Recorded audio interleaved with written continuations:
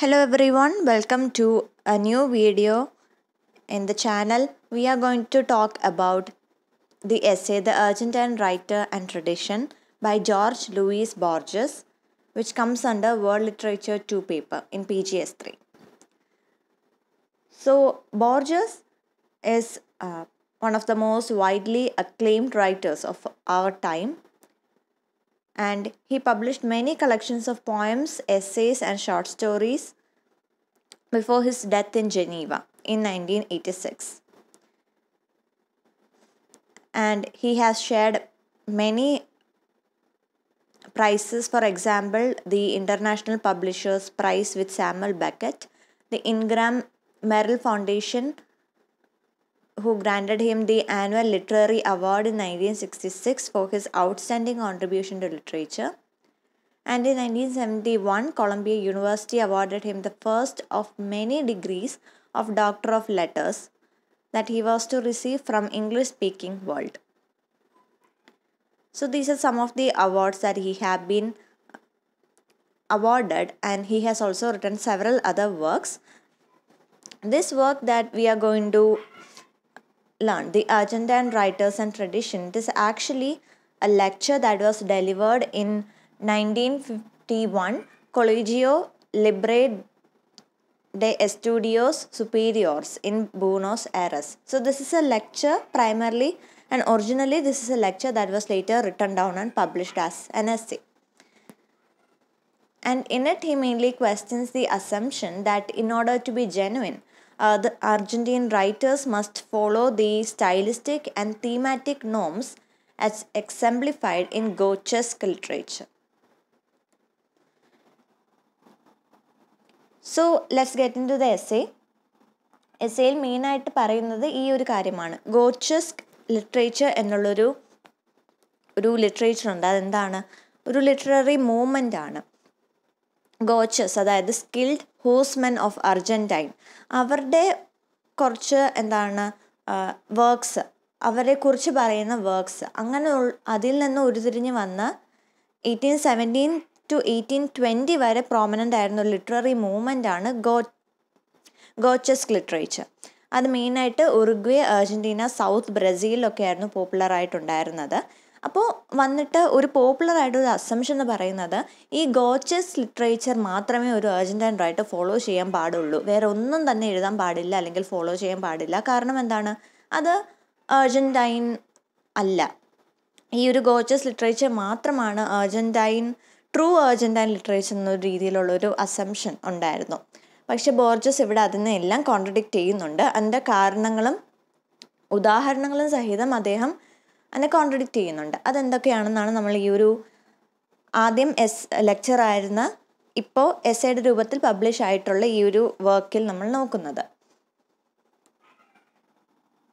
അപ്പോൾ ഇതിൽ ആദ്യം തന്നെ അദ്ദേഹം പറയുന്നത് ഈ ഒരു മൂവ്മെൻറ്റിനെതിരായിട്ടാണ്, അല്ലെങ്കിൽ ഈ ഒരു സ്റ്റേറ്റ്മെൻറ്റിനെതിരായിട്ടാണ്. കാരണം അദ്ദേഹത്തിൻ്റെ അഭിപ്രായം എന്ന് പറയുന്നത് ഒരു അർജൻറ്റൈൻ റൈറ്റർ അദ്ദേഹത്തിന് പല രീതിയിലുള്ള പല ട്രഡീഷൻസും തീംസും അവൈലബിൾ ആയിട്ടുണ്ട്. അതുകൊണ്ട് തന്നെ ലോക്കൽ അല്ലെങ്കിൽ നാഷണലിസ്റ്റ് തീംസിൽ മാത്രം അതിനെ മാത്രം ചുറ്റിപ്പറ്റി എഴുതേണ്ട യാതൊരു ആവശ്യമില്ല എന്നുള്ളൊരു സ്റ്റേറ്റ്മെൻറ്റോട് തന്നെയാണ് അദ്ദേഹം ഈ ഒരു എസ്സേ സ്റ്റാർട്ട് ചെയ്യുന്നത്, അല്ലെങ്കിൽ ഈ ഒരു ലെക്ചർ സ്റ്റാർട്ട് ചെയ്യുന്നത്. So in fact there is a pseudo problem, and that is why he starts with a solution and he talks more about the gauchos poetry. അപ്പോൾ ഈ ഒരു പ്രോബ്ലം, അതായത് അർജൻറ്റൈൻ റൈറ്റേഴ്സ് കൂടുതലും പുറത്തു നിന്നുള്ള കാര്യങ്ങളാണ് എഴുതുന്നത്, അല്ലെങ്കിൽ ലോക്കൽ തീംസ് എഴുതുന്നത് മാത്രമാണ് ട്രൂ അർജൻറ്റൈൻ ലിറ്ററേച്ചർ എന്നുള്ളൊരു കാര്യം ഒരു സ്യൂഡോ പ്രോബ്ലം ആണെന്നാണ് അദ്ദേഹം പറയുന്നത്. അതിൻ്റെ സൊല്യൂഷൻ ആണ് അദ്ദേഹം ആദ്യം തന്നെ വിവരിക്കുകയും ചെയ്യുന്നത്. അതെന്താണ്? അദ്ദേഹം ഒരു റെഫറൻസ് പറയുന്നത് ല്യൂഗോണസിനെ കുറിച്ചാണ്. ല്യൂഗോണസ് എന്നുള്ളൊരു ഓഥറിൻ്റെ വർക്കാണ് എൽ പയഡോർ. അത് കൂടുതലും ഒരു ക്ലാസിക് പോയമായിട്ടാണ് അത് കണക്കാക്കുന്നത്. അതിൽ അദ്ദേഹം പറയുന്നത് അങ്ങനത്തെ കുറച്ച് വർക്ക്സ്, അതായത് മാർട്ടിൻ ഫിയറോ പോലത്തുള്ള വർക്ക്സ് ആണ് ശരിക്കും ഒരു ക്ലാസിക്കൽ ലിറ്ററേച്ചർ അല്ലെങ്കിൽ നാഷണലിസ്റ്റ് ലിറ്ററേച്ചറായിട്ട് നമ്മൾ കണക്കാക്കേണ്ടത്. അതായത് എങ്ങനെയാണോ ഹോമറിൻ്റെ വർക്ക്സ് ഗ്രീക്സ് ക്ലാസിക്കായിട്ട് കാണുന്നത്, എങ്ങനെയാണോ ഷേക്സ്പിയറിൻ്റെ വർക്ക്സ് ഇംഗ്ലീഷുകാർ ക്ലാസിക്കായിട്ട് കാണുന്നത്, നമുക്കും ചില വർക്ക്സ് നമ്മൾ എപ്പിക്കായിട്ട് ക്ലാസിക്കായിട്ട് കാണുന്നുണ്ട്. അപ്പോൾ അതുപോലെ തന്നെ മാർട്ടിൻ ഫിയറോ എന്നൊരു വർക്ക് വേണം അർജൻറ്റൈൻസ് ക്ലാസിക്കൽ പോയമായിട്ട് എപ്പിക്കായിട്ട് കാണേണ്ടത്. കാരണം എന്താണ്, കൂടുതലും അതിൽ അർജൻറ്റൈൻ തീംസും ലോക്കൽ കളേഴ്സും ഒക്കെ ഉള്ളത് കൊണ്ട്. അങ്ങനെയുള്ളൊരു അഭിപ്രായം ല്യൂഗോണസ് പറയുന്നുണ്ട്. പക്ഷേ ഇതിനെ ബോർജസ് കോൺട്രഡിക്റ്റ് ചെയ്യുകയാണ്. അദ്ദേഹം പറയുന്നത് ഉറപ്പായിട്ട് മാർട്ടിൻ ഫിയറോ എന്ന് പറയുന്നത് ഒരു ലാസ്റ്റിംഗ് വർക്ക് തന്നെയാണ്, വളരെയധികം ഇമ്പോർട്ടൻസ് ഉള്ള ഒരു വർക്ക് തന്നെയാണ്. പക്ഷെ അതിനെ ഒരിക്കലും കാനോണിക്കലായിട്ട്, അതായത് ക്ലാസിക്കലായിട്ട് നമുക്ക് കാണാൻ സാധിക്കത്തില്ല എന്നാണ് ബോർജസിൻ്റെ അഭിപ്രായം. അതുപോലെ തന്നെ അദ്ദേഹം പറയുന്ന മറ്റൊരു റെഫറൻസ് ആണ് റിക്കാർഡോ റോജസ്. ഇനി റിക്കാർഡോ റോജസ് എന്താണ് പറയുന്നത്, അദ്ദേഹത്തിൻ്റെ ബുക്കിൽ ഹിസ്റ്റോറിയ ഡെല ലിറ്ററേച്ചറ അർജൻറ്റീന, ആ ഒരു ബുക്കിലും റോജസും ആക്ച്വലി ല്യൂഗോണസ് പറയുന്ന സ്റ്റേറ്റ്മെൻറ്റിനോട് യോജിക്കുകയാണ്. അതായത് മാർട്ടിൻ ഫിയറോ പോലത്തുള്ള വർക്ക്സ് വേണം ക്ലാസിക്കായിട്ട് വെക്കാൻ എന്നുള്ളൊരു അഭിപ്രായത്തോട് റോജസും എന്താണ് സമ്മതം മൂളുന്നുണ്ട്. അതിനുള്ള കാരണം എന്താണ്, റോജസ് കുറച്ചും കൂടി ഇങ്ങനത്തെ ഈ ഒരു ഗോച്ചസ്കോ പോയട്രിയെ പഠിച്ച ഒരാളാണ്. Popularly the poetry of Hidalgo, Ascasubi and Estanisalo and Jose Hernandez, etc. And he actually says that they have their origins in singers called the payadors because they both use the meter octasyllab. And he says that poetry of the Gochesco is actually a continuation of the payador poetry. അപ്പോൾ റോജസിൻ്റെ statement ആണത്. അതായത് എന്താണ്, അദ്ദേഹം ഗോച്ചസ്കോ പോയട്രിയെ പഠിച്ച് അതിൽ പറയുന്ന കുറച്ച് പേരുകളാണ് ഹിഡാൽഗോ, എസ്കസുബി, എസ്റ്റനിയോൾസോ ഡെൽ കാമ്പോ, ഹൊസെ ഹെർണാണ്ടസ്. ഇവരുടെ പോയട്രി എല്ലാം പഠിച്ചതിന് ശേഷം അദ്ദേഹം പറയാണ് പയഡോർസ് എന്നൊരു സിംഗേഴ്സ് പണ്ടുണ്ടായിരുന്നു, അവരുടെ ഒരു കണ്ടിന്യൂഷൻ ആണ് ഇപ്പോഴത്തെ ഗോച്ചസ്കോ പോയട്രി. കാരണം എന്താണ്, വെറുതെ അല്ല പറയുന്നത്, ഇതിനെല്ലാം എന്താണ് ഉദാഹരണങ്ങളുണ്ട്. കാരണം പറയുന്നത് രണ്ട് പോയട്രിയും പയഡോസും ഗോച്ചസ്കോ പോയട്രിയും ഒക്ട സിലബിക് മീറ്ററാണ് ഉപയോഗിച്ചിരുന്നത്. അതുകൊണ്ട് തന്നെ പയഡോസിൻ്റെ കണ്ടിന്യൂഷൻ ആണ് ഗോച്ചസ്കോ എന്ന് പറയാൻ സാധിക്കുമെന്നാണ് റോജേഴ്സിൻ്റെ സ്റ്റേറ്റ്മെൻറ്റ്. പക്ഷേ എഗെയിൻ ബോർജസ് ഇത് കോൺട്രഡിക്റ്റ് ചെയ്യുന്നുണ്ട്. കാരണം അദ്ദേഹം പറയുന്നത് ഹിഡാൽഗോയെ ഒരിക്കലും ഹോമറായിട്ടൊക്കെ കമ്പയർ ചെയ്യാൻ പറ്റില്ല. അതായത് ഇവർ എഴുതുന്ന ഈ ഒരു ഗോച്ചസ്കോ പോയറ്റ്സ് എഴുതുന്ന വർക്ക്സ് ഒരിക്കലും ക്ലാസിക്കലായിട്ട് എടുക്കാൻ സാധിക്കില്ല എന്ന് തന്നെയാണ് അദ്ദേഹം പറയുന്നത്.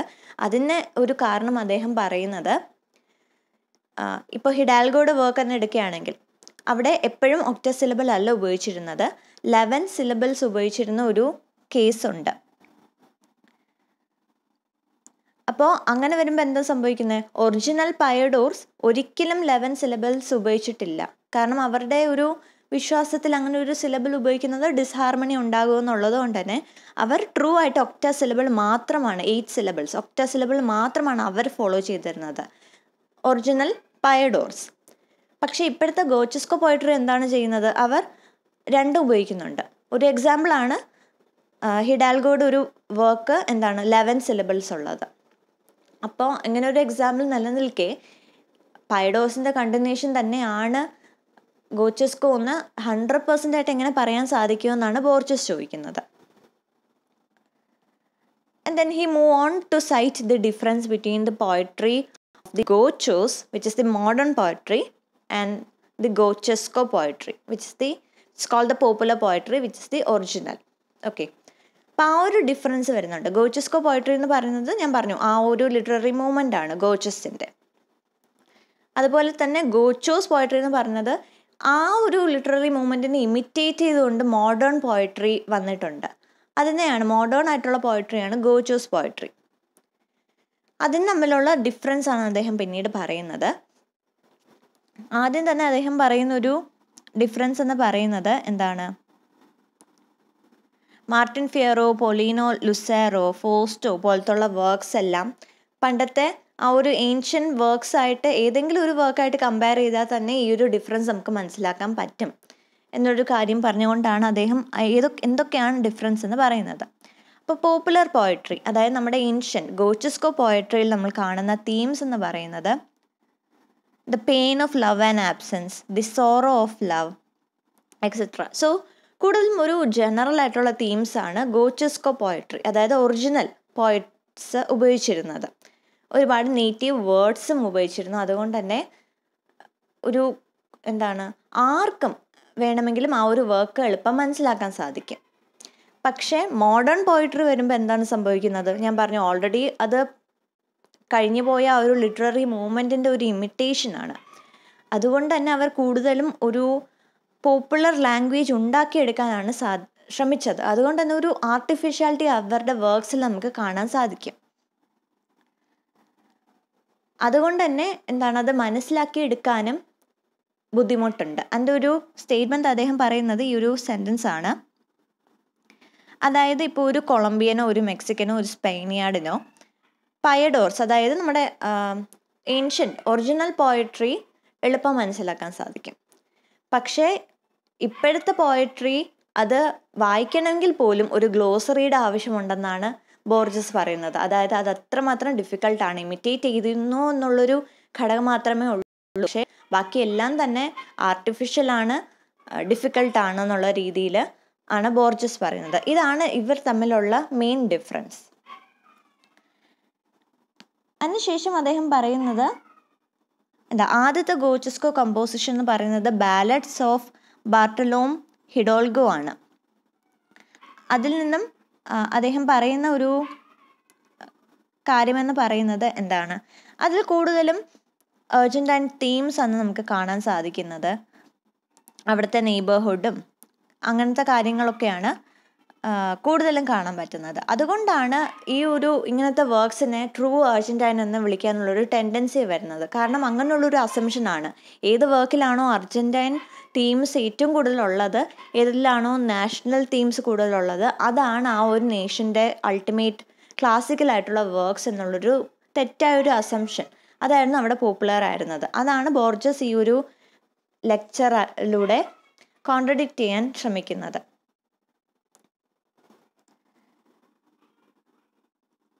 അത് അദ്ദേഹം മാർട്ടിൻ ഫിയറെ കുറിച്ചും പറയുന്നുണ്ട്. അത് സ്പാനിഷിൽ എഴുതപ്പെട്ട ഒരു വർക്കാണ്. എഗെയിൻ അത് വായിക്കുന്ന ആർക്ക് മനസ്സിലാവും ഇതൊരു ഗോച്ചോസ് പറയുന്ന ഒരു വർക്കാണ്, അല്ലെങ്കിൽ ഗോച്ചോ വർക്കാണെന്നുള്ളത്. കാരണം അത്രമാത്രം അർജന്റൈൻ തീംസ് അതിൽ നിറഞ്ഞു നിൽപ്പുണ്ട്. അതുകൊണ്ടാണ് തെറ്റായി ഒരു അസംഷൻ വരുന്നത്. കാരണം അർജന്റൈൻ റൈറ്റർ എഴുതുന്ന എല്ലാ പുസ്തകങ്ങളിലും ലോക്കൽ തീംസ് അല്ലെങ്കിൽ ലോക്കൽ കളേഴ്സ് ഉള്ളതായിരിക്കണം എന്നുള്ളൊരു മാൻഡേറ്ററി ആയിട്ടുള്ളൊരു കാര്യം. അത് തെറ്റായിട്ടുള്ളൊരു അസംഷനാണ്. പക്ഷെ അതാണ് പോപ്പുലറായി വന്നത്. അത് എക്സാമ്പിളായിട്ട് അദ്ദേഹം ചോദിക്കുന്നത് മാർട്ടിൻ ഫിയറോ തന്നെ നമുക്ക് എടുക്കാം. മറ്റൊരു വശത്ത് ലാ ഊർണ എന്നുള്ളൊരു വർക്കും കൂടി അദ്ദേഹം എടുക്കുകയാണ്. അതൊരു സോണറ്റ്സിൻ്റെ ഒരു കളക്ഷനാണ്, റിട്ടൺ ബൈ എൻറിക് ബാച്ചസ്. ഈ രണ്ട് വർക്ക് നമ്മൾ എടുക്കുന്നു. ഈ രണ്ടിൽ ഏതാണ് കൂടുതൽ അർജന്റൈൻ എന്നുള്ളൊരു ചോദ്യം ചോദിക്കുകയാണെങ്കിൽ നമ്മൾ ഇതുവരെ പറഞ്ഞ കാര്യങ്ങൾ വെച്ച് പറയുമ്പോൾ നമ്മൾ സ്വാഭാവികമായിട്ടും മാർട്ടിൻ ഫിയറോ ആണ് നമ്മൾ പറയും. കാരണം മാർട്ടിൻ ഫിയറോയിലാണ് കുറച്ചും കൂടി അർജന്റൈനെ കുറിച്ച് എഴുതപ്പെട്ടിട്ടുള്ളത്. അല്ലെങ്കിൽ ലോക്കൽ തീംസ് കൂടുതലും കാണാൻ പറ്റുന്നത് ആ ഒരു മാർട്ടിൻ ഫിയറോ എന്ന വർക്കിലായതുകൊണ്ട് അതാണ് കൂടുതൽ അർജന്റൈൻ എന്നുള്ളൊരു രീതിയിൽ നമുക്ക് തോന്നും. പക്ഷേ ബോർജസ് പറയുന്നത് അങ്ങനെ ഒരു ഡിവിഷനും അവിടെ ആവശ്യമില്ല. അതായത് ലാ ഊർണ ഒരു പക്ഷേ അത്രയും അർജന്റൈനായിട്ടുള്ള കാര്യങ്ങളായിരിക്കില്ല സംസാരിക്കുന്നത്. പക്ഷേ എന്നും വെച്ച് അത് ഒരു അർജന്റൈൻ വർക്ക് അല്ല എന്ന് നമുക്കൊരിക്കലും പറയാൻ സാധിക്കില്ല എന്ന് അദ്ദേഹം പറയുന്നുണ്ട്. അതിൻ്റെ ഒരു എക്സാമ്പിളായിട്ട് അദ്ദേഹം പറയുന്നത് ലാ ഊർണയിലെ ഒരു സോണറ്റാണ്. കുറച്ച് ലൈൻസാണ് അദ്ദേഹം പറയുന്നത്. ആ ഒരു ലൈൻസിൽ കൂടുതലും സംസാരിക്കുന്നത് ടൈൽഡ് ആയിട്ടൊരു റൂഫിനെ കുറിച്ചും അതുപോലെ തന്നെ നൈറ്റിംഗേൽസിനെ കുറിച്ചൊക്കെയാണ് സംസാരിക്കുന്നത്. അല്ലാത്ത രീതിയിൽ ഒരു രീതിയിലുള്ള അർജന്റൈൻ ലാൻഡ്സ്കേപ്പോ ടോപ്പോഗ്രഫിയോ ബോട്ടണി സുവോളജി ഒന്നും തന്നെ അതിൽ പറയുന്നില്ല. കൂടുതലും അതിൽ പറയുന്നത് ടൈൽഡ് റൂഫ്, വീടിനെ ഡിസ്ക്രൈബ് ചെയ്യുമ്പോൾ ടൈൽ ചെയ്ത റൂഫിനെ കുറിച്ച് സംസാരിക്കുന്നു. ഫോണെ കുറിച്ച് സംസാരിക്കുമ്പോൾ നൈറ്റിംഗേൽസിനെ കുറിച്ച് സംസാരിക്കുന്നു. ഇവിടുത്തെ ഐറണി എന്ന് പറയുന്നത് ബൂണോസ് എയറോസിലൊക്കെ ടൈൽഡ് റൂഫ്സ് ഇല്ല. അതുപോലെ തന്നെ നൈറ്റിംഗേൽസ് അവിടുത്തെ ഒരു കോമൺലി കാണാൻ സാധിക്കുന്ന ഒരു പക്ഷിയല്ല. പക്ഷേ ലാ ഉർന എന്ന വർക്ക്സിൽ ഇങ്ങനത്തെ കാര്യങ്ങളാണ് കൂടുതൽ നമുക്ക് കാണാൻ സാധിക്കുന്നത്. പക്ഷേ അതിനർത്ഥം അത് ഒരിക്കലും ഒരു അർജന്റൈൻ വർക്ക് അല്ല എന്നാണോ? അതാണ് അദ്ദേഹം ചോദിക്കുന്ന മെയിനായിട്ടൊരു ക്വസ്റ്റ്യൻ. അദ്ദേഹം വീണ്ടും കുറച്ച് എക്സാമ്പിൾസ് തരുന്നുണ്ട്. അദ്ദേഹം പറയുന്നത് ഫ്രഞ്ച് പോയറ്റ് ആയിട്ടുള്ള റസീൻ, അദ്ദേഹം കൂടുതലും ഗ്രീക്കും ലാറ്റിൻ സബ്ജക്ട്സിനെ കുറിച്ചാണ് എഴുതിയിട്ടുള്ളത്. പക്ഷേ അദ്ദേഹം ഒരു ഫ്രഞ്ച് പോയറ്റാണ്. അപ്പോൾ അദ്ദേഹം ഗ്രീക്കിനെ കുറിച്ചാണ് കൂടുതൽ എഴുതിയിട്ടുള്ളത് അല്ലെങ്കിൽ ലാറ്റിനെ കുറിച്ചാണ് കൂടുതൽ എഴുതിയിട്ടുള്ളത് എന്നൊരു കാരണം വെച്ചുകൊണ്ട് അദ്ദേഹം ഒരിക്കലും ഒരു ഫ്രഞ്ച് പോയറ്റ് ആകാതിരിക്കുന്നില്ല. അതുപോലെ ഷേക്സ്പിയർ ഒരു ഇംഗ്ലീഷ് പോയറ്റാണ്. നമ്മൾ ഒരുപാട് കാലങ്ങളായിട്ട് നമ്മൾ പഠിക്കുന്ന ഒരു പ്ലെയറായിട്ടാണ്, പോയറ്റാണ്, തികഞ്ഞൊരു റൈറ്ററാണ്. പക്ഷേ ഷേക്സ്പിയറിൻ്റെ പല ഡ്രാമാസ് എടുത്ത് നോക്കുമ്പോൾ ഹാംലെറ്റ് ഒരു സ്കാൻഡിനേവിയൻ ആണ്, he's not an English. Macbeth, he's a Scottish person, not an English. പക്ഷെ എന്നും വെച്ച് നമ്മൾ എന്താണ് ഷേക്സ്പിയർ ഒരു ട്രൂ ആയിട്ടുള്ള ഒരു ഇംഗ്ലീഷ് റൈറ്റർ അല്ല എന്ന് പറയുന്നില്ല. അപ്പം ആ ഒരു എക്സാമ്പിൾസ് വെച്ചുകൊണ്ടാണ് ബോർജസ് പറയുന്നത് ഒരു സ്ഥലത്തെ റൈറ്റേഴ്സ് അവിടുത്തെ നേറ്റീവ് എലമെൻസിനെ കുറിച്ച് മാത്രമേ സംസാരിക്കാൻ പാടുള്ളൂ അല്ലെങ്കിൽ എഴുതാൻ പാടുള്ളൂ എന്ന് പറയുന്നത് തികച്ചും മണ്ടത്തരമാണ്. ഇറ്റ് ഇസ് അബ്സേർഡ് എന്ന രീതിയിലാണ് ബോർജസ് പറയുന്നത്. ഇങ്ങനത്തെ കുറച്ച് എക്സാമ്പിൾസ് വെച്ചിട്ടാണ് അദ്ദേഹം ആ ഒരു സ്റ്റേറ്റ്മെൻറ്റ് പ്രൂവ് ചെയ്യുന്നത്. So there will obviously come a question about what is truly native. അതിൽ അദ്ദേഹം പറയുന്നത് അഗെയിൻ എക്സാമ്പിൾസ് ആണ് പറയുന്നത്. അദ്ദേഹം പറയുന്ന ഒരു കാര്യം ഗിബൻസിൻ്റെ decline and fall of the Roman empire എന്നൊരു വർക്കിൽ ഗിബൻസ് പറയുന്നത് ഒരു അറബ് ബുക്കിനെ കുറിച്ചാണ്. അതേതാണ് ആ book? Quran, written by prophet Muhammad. അപ്പോൾ ആ ഒരു ബുക്കിൽ നമുക്ക് എന്താണ് കാണാൻ സാധിക്കുന്നത്? അത് പ്രോഫറ്റ് മുഹമ്മദ് ആണ് എഴുതിയിട്ടുള്ളത്. പക്ഷേ എഗെയിൻ അവിടെ കുറച്ചും കൂടി നാച്ചുറൽ എലമെൻറ്റ്സ് അല്ലെങ്കിൽ നേറ്റീവ് എലമെൻറ്റ്സ് നമ്മൾ കാണുന്നില്ല. അത് അറബ് ബുക്കാണെന്ന് പറഞ്ഞുകൊണ്ട് അവിടെ ഒട്ടകത്തെക്കുറിച്ചുള്ള വലിയ വലിയ ഡിസ്ക്രിപ്ഷൻസ് നമ്മൾ കാണുന്നില്ല. അങ്ങനത്തെ രീതിയിലുള്ള അറേബ്യയിൽ പോപ്പുലറായിട്ട് കോമൺ ആയിട്ട് കാണപ്പെടുന്ന ഒരു എലമെൻസും ആ ഒരു ഖുറാൻ എന്നുള്ളൊരു വർക്കിൽ നമ്മൾ കാണുന്നില്ല.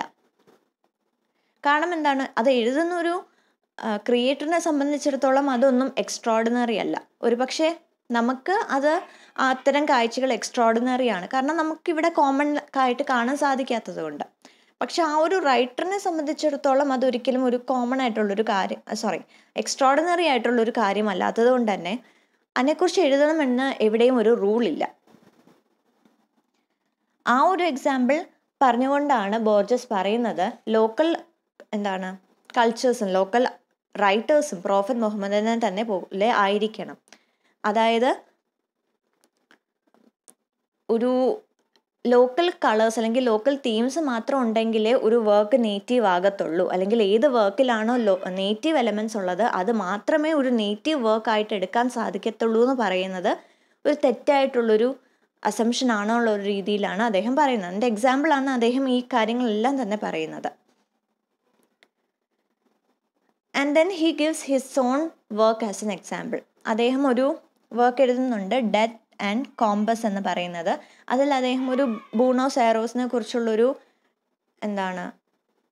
ഒരു നൈറ്റ്മെയറിഷ് ആയിട്ടുള്ള എലമെൻറ്റ്സ് ആണ് അദ്ദേഹം അതിൽ എഴുതുന്നത്. പക്ഷെ അദ്ദേഹത്തിൻ്റെ ഫ്രണ്ട്സിൻ്റെ സ്റ്റേറ്റ്മെൻറ്റ് എന്നാൽ നമുക്ക് പഠിക്കാം. My friends, he says and I quote, my friends told me that at last they had found the flavor of the outskirts of Buenos Aires in my writing. Precisely because I had not abandoned myself to the dream, I was able to achieve it after so many years what I once sought in vain. So റൈറ്ററും ഇങ്ങനെ experiment ചെയ്തിട്ടുണ്ട്. അതിൽ നിന്ന് മനസ്സിലായത് ആ ഒരു ബൂണോസ് എയറോസിന് പുറത്തുനിന്ന് എഴുതുന്ന ഒരു വർക്കാണെങ്കിലും അതൊരിക്കലും നേറ്റീവ് അല്ല എന്ന് പറയാൻ സാധിക്കത്തില്ല. അങ്ങനെയുള്ളൊരു റൂളായിട്ട്, ഒരു ഇൻവിസിബിൾ റൂളായിട്ട് ഒരു റൈറ്റർ സ്വന്തം ചുറ്റുപാടിനെ കുറിച്ച് മാത്രമേ എഴുതാവുള്ളൂ എന്ന് പറയുന്നത് തെറ്റാണോ ഒരു സ്റ്റേറ്റ്മെൻ്റ് ആണ് ബോർജസ് പറയുന്നത്. എഗെയിൻ അദ്ദേഹം ഒരു എക്സാമ്പിൾസ് കൊടുക്കുന്നുണ്ട്.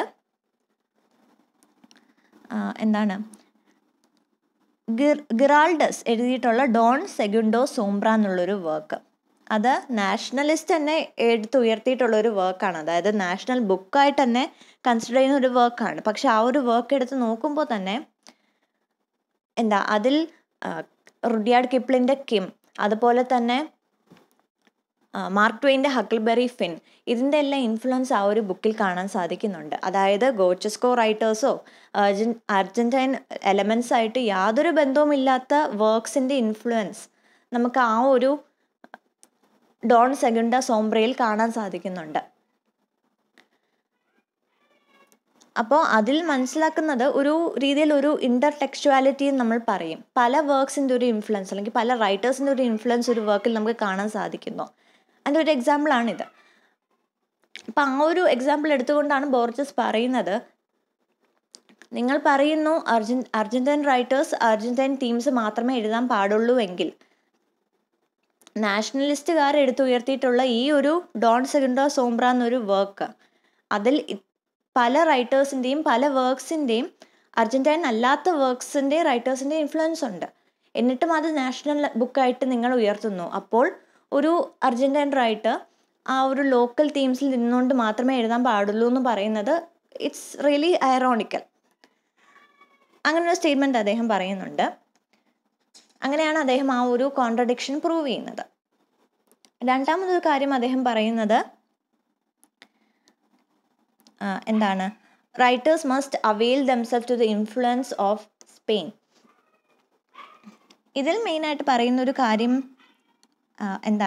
വേറൊരു അസംഷനാണ്. അതായത് അർജന്റൈൻ റൈറ്റേഴ്സിന് സ്പാനിഷ് ഇൻഫ്ലുവൻസ് ഒരുപാടുണ്ടെന്നും അത് ഒരു രീതിയിൽ ഇൻഹെറിറ്റഡ് ആണ് എന്നുള്ളൊരു അസംഷൻ, അതിനെ അദ്ദേഹം കോൺട്രഡിക്റ്റ് ചെയ്യുകയാണ്. അദ്ദേഹം പറയുന്നത് അർജന്റൈൻ റീഡേഴ്സ് ആരെങ്കിലും ആയിക്കോട്ടെ, അർജന്റൈൻ നേറ്റീവ്സ് ജനറലി അവർക്ക് സ്പാനിഷ് വർക്ക് അല്ലെങ്കിൽ സ്പാനിഷ് ലാംഗ്വേജ് ഒരിക്കലും ഇൻഹെറിറ്റഡ് ആയിട്ട് വന്നതല്ല, അക്വയർഡ് ആയിട്ട് വന്നതാണ്. കൊളോണിയലൈസേഷൻ്റെ ഭാഗമായി അക്വയർഡ് ആയിട്ട് വന്നൊരു കാര്യമാണെന്നാണ് അദ്ദേഹം പറയുന്നത്. പക്ഷെ പോപ്പുലർ ബിലീഫ് എന്താണ്? എല്ലാവർക്കും സ്പാനിഷ് ഭാഷ അറിയാമെന്നും സ്പാനിഷ് വർക്ക്സ് പെട്ടെന്ന് മനസ്സിലാകുമെന്നുള്ള തെറ്റായ ഒരു ധാരണയുണ്ട്. അതിനെയാണ് അദ്ദേഹം അടുത്തതായി കോൺട്രഡിക്റ്റ് ചെയ്യുന്നത്. അതിൻ്റെ എക്സാമ്പിളായിട്ട് അദ്ദേഹം പറയുന്നത്, അദ്ദേഹത്തിൻ്റെ കൂട്ടുകാർക്ക് ഫ്രഞ്ചും ഇംഗ്ലീഷും വർക്ക്സ് ബോറോ ചെയ്ത് കൊടുത്തു. അത് അവർ പറഞ്ഞു, ആ ഒരു ബുക്സ് അവർ വളരെയധികം എൻജോയ് ചെയ്തു, മനസ്സിലായി എന്ന് പറഞ്ഞു. അടുത്ത പ്രാവശ്യം അദ്ദേഹം ഒരു സ്പാനിഷ് ബുക്സ് കൊടുക്കുന്ന സമയം ഇതേ ഫ്രണ്ട്സ് പറയുകയാണ് അവർക്കത് മനസ്സിലാക്കാൻ കുറച്ച് ബുദ്ധിമുട്ടുണ്ടെന്ന്. കാരണം കൊളോണിയലിസം ഉണ്ടായിരുന്ന സമയത്ത് അവർക്ക് അതിൻ്റെ പ്രോപ്പർ ട്രെയിനിങ് കിട്ടിയിരുന്നു, പ്രോപ്പർ എഡ്യൂക്കേഷൻ കിട്ടിയിരുന്നു, ആ ഒരു ഭാഷ എങ്ങനെ സംസാരിക്കണം, എങ്ങനെ പഠിക്കണം എന്നുള്ളത്. ഇപ്പോൾ അവർ ആ ഒരു കൊളോണിയലൈസേഷൻ്റെ പുറത്തേക്ക് വന്ന സമയത്ത് അവർക്ക് ആ ഒരു സ്പെഷ്യൽ ട്രെയിനിങ് ഇപ്പോൾ ഇല്ല. അതുകൊണ്ട് തന്നെ പലർക്കും ആ ഒരു ഭാഷ ഇപ്പോൾ വശമില്ല. അതുകൊണ്ടാണ് ഫ്രഞ്ചും ഇംഗ്ലീഷും ബുക്സ് എളുപ്പം വായിക്കാൻ പറ്റുന്നവർക്ക് സ്പാനിഷ് ലാംഗ്വേജ് ഇപ്പോൾ ഡിഫിക്കൽട്ടായി മാറിയിരിക്കുന്നു. അതിൽ ആ ഒരു എക്സാമ്പിൾ പറഞ്ഞുകൊണ്ടാണ് അദ്ദേഹം പറയുന്നത് സ്പാനിഷ് ലാംഗ്വേജ് എല്ലാ അർജന്റൈൻ നേറ്റീവ്സിനും ഇൻഹെറിറ്റഡ് ആണോ എന്നുള്ളൊരു സ്റ്റേറ്റ്മെൻറ്റ് തെറ്റാണ്, ഒരു വിചാരം അത് തെറ്റാണ്. അത് ഇൻഹെറിറ്റഡ് അല്ല, അക്വയർഡ് ആയിട്ട് മാത്രമാണെന്ന് അദ്ദേഹം പറയുന്നു. മൂന്നാമതൊരു ഒപ്പീനിയൻ എന്ന് പറയുന്നത് അർജന്റൈൻ റൈറ്റേഴ്സ് അർജന്റൈൻ റൈറ്റേഴ്സ് വിട്ടു നിൽക്കുകയാണ് എല്ലാത്തിൽ നിന്നും, യൂറോപ്പിൽ നിന്ന് പ്രത്യേകിച്ച് വിട്ടു നിൽക്കുന്നുണ്ട്. അങ്ങനത്തെ രീതിയിലുള്ളൊരു സ്റ്റേറ്റ്മെൻറ്റ് അത് ഞാൻ വായിക്കാം. The third opinion on Argentine writers and tradition, one that I read not long ago and that greatly astonished me. This is the opinion that we Argentines are cut off from our past and that there has been some sort of rupture between ourselves and Europe. According to this singular point of view, we Argentines are as if in the first days of creation. Our search for European subjects, matter and techniques is an illusion and error. We must understand that we are essentially alone and cannot play at being European. ഈ ഒരു സ്റ്റേറ്റ്മെൻറ്റാണ് അദ്ദേഹം അടുത്തതായി contradict ചെയ്യുന്നത്. അതായത് യൂറോപ്പിൽ നിന്നെല്ലാം വിട്ടു നിൽക്കുന്ന ഒരു ഐസൊലേറ്റഡ് ആയിട്ടുള്ളൊരു ആണ് അർജന്റൈൻ, അതുപോലെ തന്നെ അർജന്റൈൻ റൈറ്റേഴ്സ് എന്നുള്ളൊരു സ്റ്റേറ്റ്മെൻറ്റ് അത് അദ്ദേഹം കോൺട്രഡിക്റ്റ് ചെയ്യുന്നു. എങ്ങനെയാണ്? അദ്ദേഹം ചോദിക്കുന്നുണ്ട്, ശരിക്കും അങ്ങനെ ആയിരുന്നെങ്കിൽ, യൂറോപ്പ് ഒരു രീതിയിലും അർജന്റീനയെ എഫക്റ്റ് ചെയ്യുന്നില്ല എങ്കിൽ പിന്നെ എങ്ങനെയാണ് യൂറോപ്യൻ ഇവൻസിൻ്റെ റിഫ്ലക്ഷൻ എല്ലാം തന്നെ ഇവിടെ കാണുന്നത്? യൂറോപ്പിൽ നടക്കുന്ന എല്ലാ യുദ്ധങ്ങളിലും അതുപോലെ തന്നെ എല്ലാ പൊളിറ്റിക്കൽ മൂവ്മെൻറ്റ്സിൻ്റെയും ഒരു കോൺസിക്വൻസ്, ഒരു ആഫ്റ്റർ എഫക്റ്റ് അർജന്റീനയിലും നമുക്ക് കാണാൻ സാധിക്കുന്നുണ്ട്. ശരിക്കും യൂറോപ്പിൽ നിന്ന് വിട്ടു നിൽക്കുന്ന ഒരു സ്ഥലമായിരുന്നെങ്കിൽ അതിൻ്റെ അവിടെ നടക്കുന്ന ഇവൻസിൻ്റെ ആഫ്റ്റർ എഫക്ട്സ് ഇവിടെ കാണാൻ സാധിക്കത്തില്ല. അതാണ് അദ്ദേഹം പറയുന്നത്. എൻ്റെ എക്സാമ്പിളായിട്ട് അദ്ദേഹം അവിടുത്തെ സിവിൽ വാറിനെ കുറിച്ചും വേൾഡ് വാറിനെ കുറിച്ചും എല്ലാം പറയുന്നുണ്ട്. അങ്ങനെയാണ് അദ്ദേഹം ആ ഒരു മൂന്നാമത്തെ സ്റ്റേറ്റ്മെൻറ്റ് കൂടി കോൺട്രഡിക്റ്റ് ചെയ്യുന്നത്. അപ്പോൾ സ്റ്റാർട്ട് ചെയ്ത ഒരു ക്വസ്റ്റ്യനിലേക്കാണ് അദ്ദേഹം തിരിച്ചു വരുന്നത്. About what exactly is Argentine tradition. നമ്മൾ എന്തൊക്കെയാണ് അല്ലാത്തത്, പല സ്റ്റേറ്റ്മെൻറ്റ്സും കോൺട്രഡിക്റ്റ് ചെയ്തു. അപ്പോൾ ശരിക്കും അർജന്റൈൻ ട്രഡീഷൻ എന്ന് പറയുന്നത് എന്താണ്? ആ ഒരു ക്വസ്റ്റ്യനിലേക്കാണ് തിരിച്ചു വരുന്നത്. അദ്ദേഹം പറയുന്നത് ശരിക്കും അർജന്റൈൻ്റെ ട്രഡീഷൻ എന്ന് പറയുന്നത് വെസ്റ്റേൺ കൾച്ചർ മൊത്തത്തിൽ എടുക്കുകയാണെങ്കിൽ അതെല്ലാം തന്നെ അർജന്റീനയുടെ കൾച്ചറാണ്, അല്ലെങ്കിൽ ഒരു ട്രഡീഷൻ ആണെന്ന് പറയാൻ സാധിക്കും. ഒരു രീതിയിലും ലോക്കൽ തീംസിലേക്കോ ലോക്കൽ കളേഴ്സിലേക്കോ ലിമിറ്റ് ചെയ്യേണ്ട ആവശ്യമില്ല എന്ന് അദ്ദേഹം പറയുന്നുണ്ട്. കാരണം എന്താണ്, നമ്മളിപ്പോൾ വെസ്റ്റേൺ കൾച്ചർ എടുക്കുകയാണെങ്കിൽ അവിടുത്തെ വെസ്റ്റേണേഴ്സിനെ കാട്ടിലും അവിടുത്തെ കൾച്ചറും ട്രഡീഷനും ഇൻഫ്ലുവൻസ് ചെയ്യുന്നത് അവിടുത്തെ ജ്യൂസാണ്. അതുപോലെ തന്നെ ഐറിഷിനെ കുറിച്ച് നമുക്ക് അതേ കാര്യം പറയാൻ പറ്റും.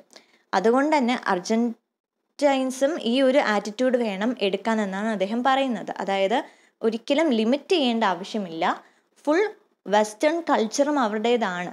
അതായത് അവർക്ക് എല്ലാ തീംസും, ആകാശത്തിന് താഴെയുള്ള എല്ലാ സബ്ജക്റ്റിനെ കുറിച്ചും എല്ലാ തീംസിനെ കുറിച്ചും എല്ലാ ടെക്നിക്സിനെ കുറിച്ചും അവർക്ക് എഴുതാം, എക്സ്പെരിമെൻ്റ് ചെയ്യാം.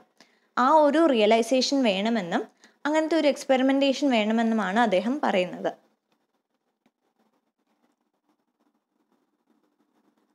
കൺക്ലൂഷനിൽ അദ്ദേഹം പറയുന്നത്,